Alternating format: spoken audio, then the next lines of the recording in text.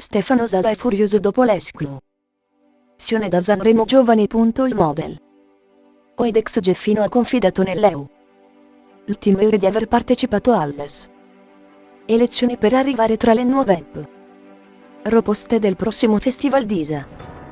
Remo. I nomi dei 61 cantanti che seguono la corsa verso Sanremo sono usciti solo qualche giorno fa. In questo elenco Stefano non c'è e ha così scoperto di non aver passato queste selezioni. Oggi si è sfogato interv erendo nella nuova puntata di Kazakh AI, il programma sociale in cui si parla degli sviluppi Grandi Fratelli.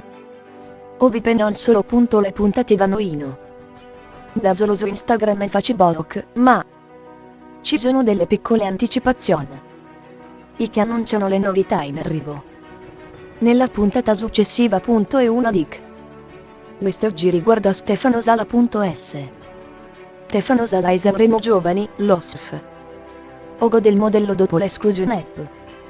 Probabilmente Stefano parlerà anche della situazione con Diana Mello, visto che è stato preso di mira sul web dopo la mancata chiamata della Glia. I due sono genitori della PIC o la Sofia, ma alla fine tutto è andato o per il meglio. E quindi Stefano ha approfittato della situazione per lanciare uno scoop. Sono molto arrabbiato per la mia esclusione dallas elezione di Sanremo Giovani, così dicendo ha quindi rivelato anche che ha partecipato e ha presentato una sua canzone. Pare che la giuria si è apprezzato il suo brano ma che a fine abbiano preferito escluderlo. O per questo Sala oggi è molto arrabbiato.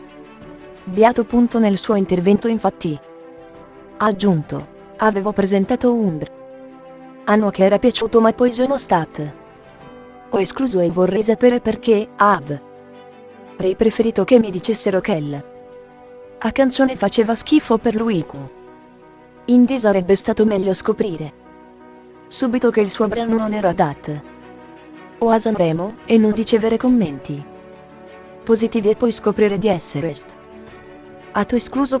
Stefano Sala escluso a Sanremo Giovani. Nell'elenco c'è Francesco Monte. Nell'elenco degli artisti ammessi alla fase successi va di Sanremo Giovani c'è invece il nome di Francesco Monte. E non mancano ovviamente anche nomi provenienti dai talent show.